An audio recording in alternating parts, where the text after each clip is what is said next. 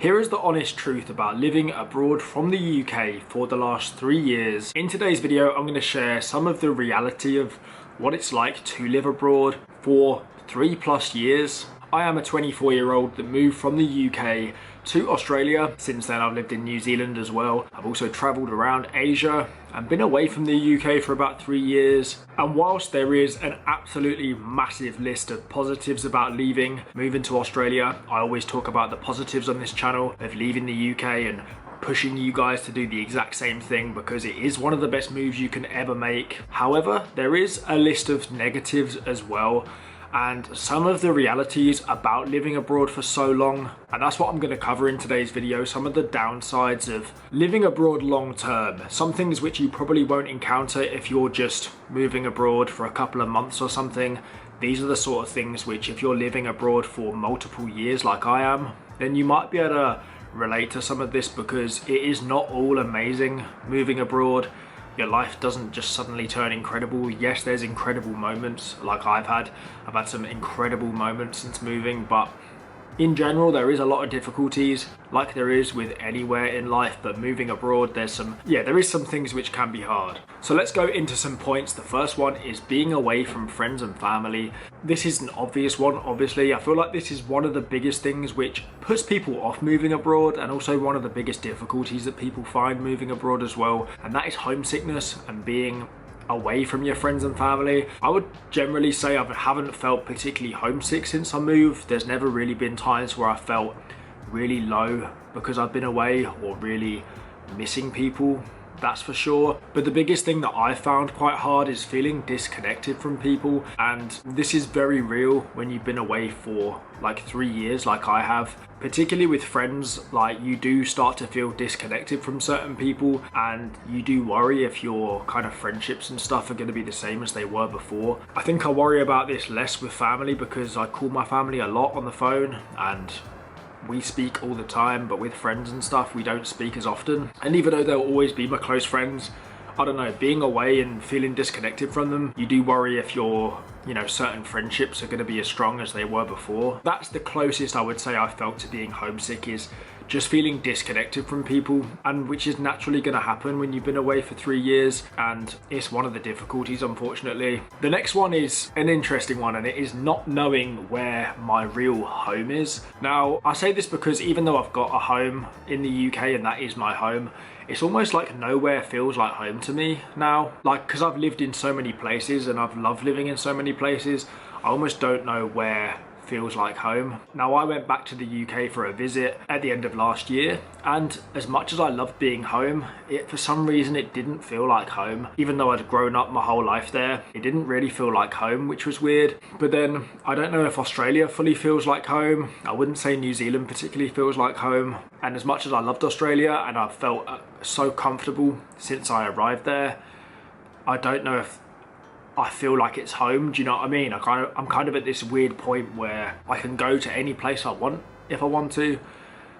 but there's nowhere really which is calling my name as my home. Do you know what I mean? I think eventually we will move back to the UK.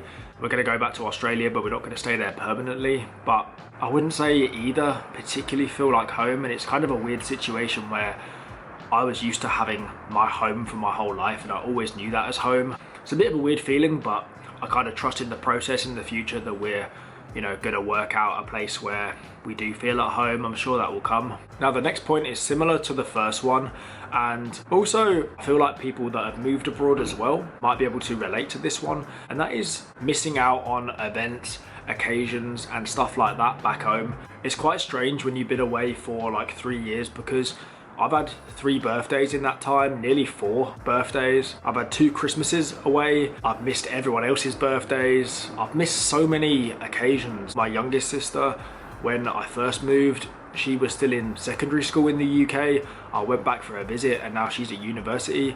So it's massive jumps, massive changes that you're missing out on completely, and you're missing out on occasions and stuff. And whilst it hasn't really bothered me particularly, it's not something I really think about, or nothing that really stresses me out too much. I feel like it's a bit of a downside, and it's a reason why I probably won't stay living abroad forever, because whilst it's okay for a few years here and there, if you're away forever, you're missing out on so much back home. Everyone's birthdays, occasions. Obviously in the future there might be weddings and stuff, and whilst I can go back, it's not the same, is it, than being there. Also, like events, like my friends might be going to a big event or something, and if I was in the UK, I'd obviously be there. The next thing is that living abroad becomes a lot more normalized, and it's nowhere near as exciting as when you first moved. Obviously, when I do bits of travel and stuff, it definitely 100% is still so exciting, but I feel like since moving, I've constantly tried to chase that initial buzz of when you first move, because there's nothing quite like it. For you guys who have moved abroad yourself, you will know that one of the best periods of moving abroad is that initial period where you feel so free, you've just made this massive jump and it's all so exciting for you. But after a while, when you've been working and you've been doing the same stuff, it becomes fairly normal. You're very, not numb to it, because of course, like, there's still amazing highs and definitely loads of things that I still get excited for abroad, but I don't think anything will compare to that initial buzz and that initial feeling when you first arrive in your new country. And it's almost like if that feeling could stay forever, it would be incredible. But obviously it doesn't. It does wear off, and you do get normalized to living life abroad, and sometimes you do have to step out of your comfort zone and really make the effort to still try and get that buzz that you once had. But that's just one of the realities, and it's always going to happen, do you know what I mean? You're never going to have that high constantly the whole time. And the last downside, I don't know if this one isn't really a downside to be honest, but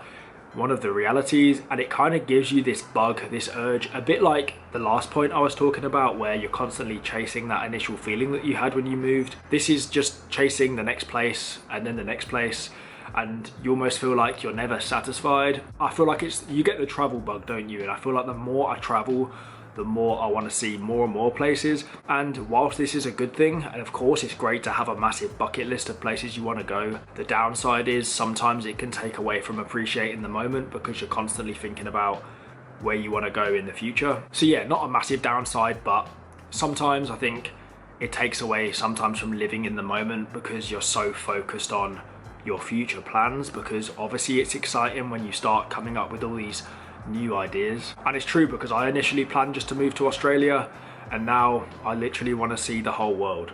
So yeah, there's just some realities of what it's like to currently live away from the UK for more than 3 years. This is not at all to put you off moving, because like I said, there is a massive list of positives as well. This is just a short list of negatives. Not all negative, some of them are just the reality and things that you can't escape, but more for you guys who, just to warn you, because you don't want to move abroad thinking it's all going to be incredible. There's a lot of incredible stuff, but it doesn't last forever, and it's not without its difficulties, of course. You're making a massive jump, and when you've been living away for 3 years, like, there's gonna be negatives that creep in. That's just life, but it is something to expect if you are looking at moving long term. If you do need any help with moving, I have released a full moving abroad guide. I'm sure this will help you out a lot with moving to your new country. It saves you making lots of costly mistakes that I made when I first moved. But yeah, thank you for watching, and I'll see you very soon with another video.